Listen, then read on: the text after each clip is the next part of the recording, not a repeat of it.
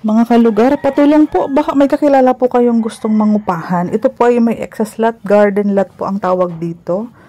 Yung side na yung ng bahay may mga bintana po yan. Extended po ito hanggang sa kusina, sa gilid pati itong harapan. Ayan o, baka gustong magtanim, may alagang aso.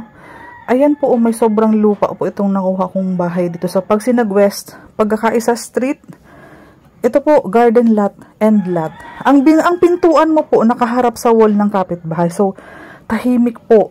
Kumbaga po ay may privacy tayo. Ayan o, simula dito. Lupa pa natin to o. Hanggang doon sa baba, right of way natin yan. Sana po may kakilala kayong gusto mangupahan. 3.5 po ang monthly. 3.5 lang din ang deposit. Yun lang babayaran. Pwede ka na makalipat. May kuryente na, pintura na din po, may linoleum na din po, saka may tubig na. Livable na ang ating paupahan.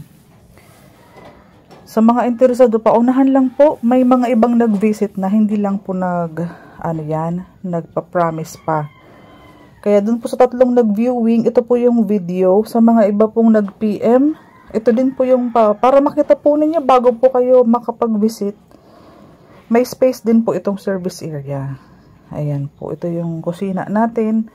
May saksakan yan for refrigerator sa gilid. Itong side na to po. Para sa refrigerator po yan. Dalawa po ang way nito. Isang bandang gitna at malapit po sa main road. May lusutan po ito pa main road. Kaya kami kakilala po kung gusto mangupahan. Bali po, sana'y mabait ang mangupahan sa aming bahay dahil ito po yung investment namin. Yung upa mo po, yun lang din po ang ihuhulog namin sa pag-ibig. Kung 1 year ka, mas okay po. 1 year kontrata. Ito po, lalagyan po ng palutsi na yan ng asawa ko. Pwede ka magtanim hanggang doon sa dulo. Space po natin yan. Ayan po. Sa taas po, naka-open layout pa ito. Wala pa po kaming pampaayos. Nag-iipon pa. Kaya 3.5 lang po ang aming paupa.